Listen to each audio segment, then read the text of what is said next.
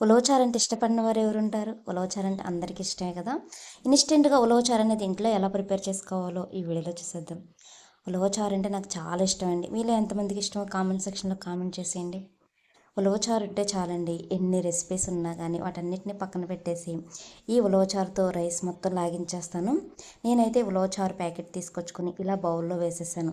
ఇప్పుడు ఈ ఉలవచారుని పోపు అనేది ఎలా పెట్టుకోవాలో మీకు ఈ వీడియోలో చూపిస్తాను. గ్యాస్ వెలిగించుకొని ఒక బౌల్ పెట్టుకొని ఇందులో ఆయిల్ వచ్చేసి ఒక 2 టీ స్పూన్ల వరకు వేసుకొని పోపు దినుసులు ఒక 2 టీ స్పూన్లు, ఆవాలు ఒక టీ స్పూను, జీలకర్ర వచ్చేసి ఒక టీ స్పూన్ వరకు వేసుకొని ఎండుమిర్చి 4 తీసుకొని సగం సగం ముక్కల కింద కట్ చేసుకున్న తర్వాత కొంచెం కరివేపాకు కూడా యాడ్ చేసుకుని ఈ పోపు మొత్తాన్ని వేగిన తర్వాత ఇప్పుడు ఇన్స్టెంట్గా తీసుకున్న ఈ ఉలవచారు రసంలో ఈ పోపు మొత్తాన్ని వేసేసి ఒక్కసారి కలుపుకున్న తర్వాత మనకి మీగడ ఉంటుంది కదండి, ఇంట్లో చేసుకునే మీగడ చాలా టేస్టీగా ఉంటుంది. ఆ మీగడని ఈ ఉలవచారు పైన వేసేసి ఒక బౌల్లో సర్వ్ చేసేసారంటే ఇన్స్టెంట్గా చేసుకునే ఉలవచారు రసం అనేది రెడీ అయిపోయింది.